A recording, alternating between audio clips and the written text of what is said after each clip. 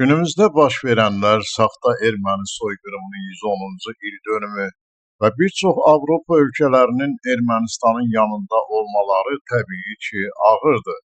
Bəli, günümüzdə baş verənlər istər-istəməz adamı ağrıdır. Ancaq bütün bunlar çəkilə biləsi dərddir. Çünki bu haqsızlığı Türkiyə qarşı törədən yaddır. Ancaq türk tarixçi Taner Akçamın erməni nəşrinə verdiyi müsahibədə səsləndirdiyi fikirlər çəkilə biləsi dərd deyil. Bu yerdə istər-istəməz ağacı öz içindən qurd yeyər məsəli yada düşür. Görün adı türk olan tarixçi Taner Akçam Ermənistanın News Armenia nəşrinə müsahibəsində nə deyir? Türkiyədə erməni soyqırımının inkarı iki faktora əsaslanır: təzminat qorxusu və kimlik məsələsi. Amma Türkiyədə demokratik cəmiyyət olardısa, bu iki problemin öhdəsindən gəlmək olardı. Bəli, bu fikri dilə gətirən Soyqırım Dövlətinin Mənşəyi adlı yeni kitabının erməni dilinə tərcüməsini təqdim etmək üçün Türkiyədən basa-basa Ermənistana gələn türk tarixçi və erməni soyqırımı üzrə ekspert Taner Akçamdır.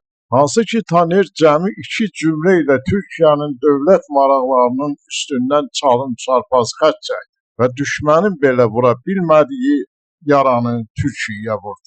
Türk tarixçi dayanmır, davam edir.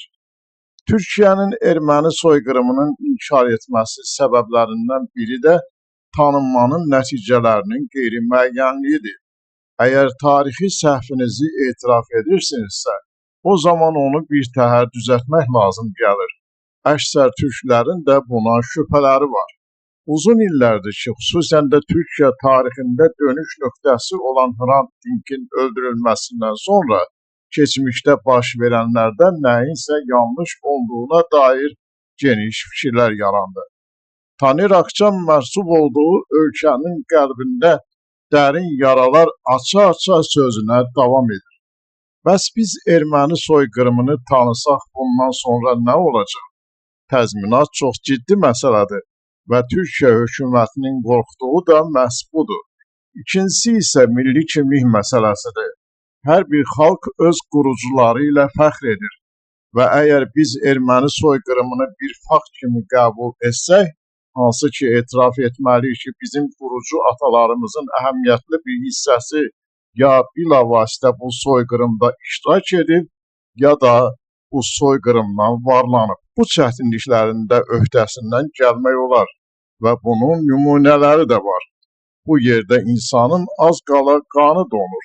Türk adını daşıyan bir dönük büyük adamının xəyanət dolu fikirlərinə qəzəblənməyə bilmirsən. Ancaq Taner dayanmaq bilmir, davam edir. Birləşmiş Ştatlar İngilis müstəmləkəçilərinə qarşı mübarizə aparan qurucu ataları ilə fəxr edə bilər. Lakin eyni zamanda onlar yerli xalqa qarşı soyqırım törətdiklərini də etiraf etməyə hazırdırlar. Bu isə Amerika Birləşmiş Ştatları cəmiyyətində demokratik təsəvvür olduğu üçün mümkündür. Türkiyənin çatışmayan cəhəti də məhz budur. Amma Türkiyə demokratik ölkə olsa belə, bu erməni soyqırımının avtomatik olaraq tanınması demək deyil. Lakin bu artıq irəliyə doğru atılmış bir addım olardı deyə Taner Akçam fikirlərini yekunlaşdırır. Beləliklə içimizi qurd kimi gəmirən dırnaq arası türk tarixçinin fikirləri ilə tanış olduq. İndi isə yad ölkənin bilim adamı məşhur Amerikalı tarixçi Professor 1995-ci ildə nəşr olunan məşhur Ölüm və Sürgün Osmanlı müsəlmanlarının etnik təmizlənməsi 1821-1922 kitabının müəllifi Kastim McCarthy'nin araşdırması ilə tanış olaq.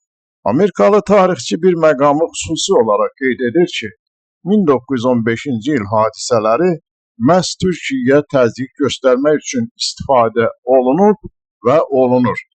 O dövrdə öldürülən türklərin sayı 3 milyonu aşmışdı.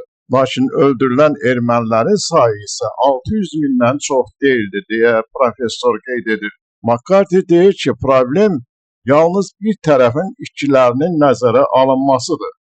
Yəni, yalnız ölən ermənilərin sayını nəzərə alsaq, bu soyqırım kimi təqdim oluna bilər. Amma qərəzliyi bir kənara qoyub reallığı təhlil etsək, Məlum olar ki, hər iki tərəf böyük itkilər verib.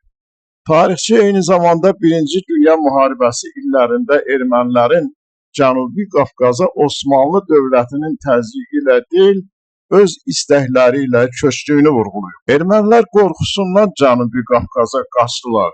Çünki onlar Türkiyədə çoxlu sayda dinc sakinləri, türk və kürdləri qətlə yetirmişlər. Ermənilər başa düşürdülər ki, Rus ordusu bölgəni tərk edəndən sonra onlar məsuliyyətdən yaxa qurtara bilməyəcəklər. Şübhəsiz ki, qətliamlara görə kürdlər ermənilərdən qisas alacaqdır. Ona görə də ermənilər qaçmağa üstünlük verdilər deyə professor bildirib. McCarthy bir sıra silahlı erməni radikal qrupların Osmanlı dövlətinə qarşı çıxdığını da vurğulayıb.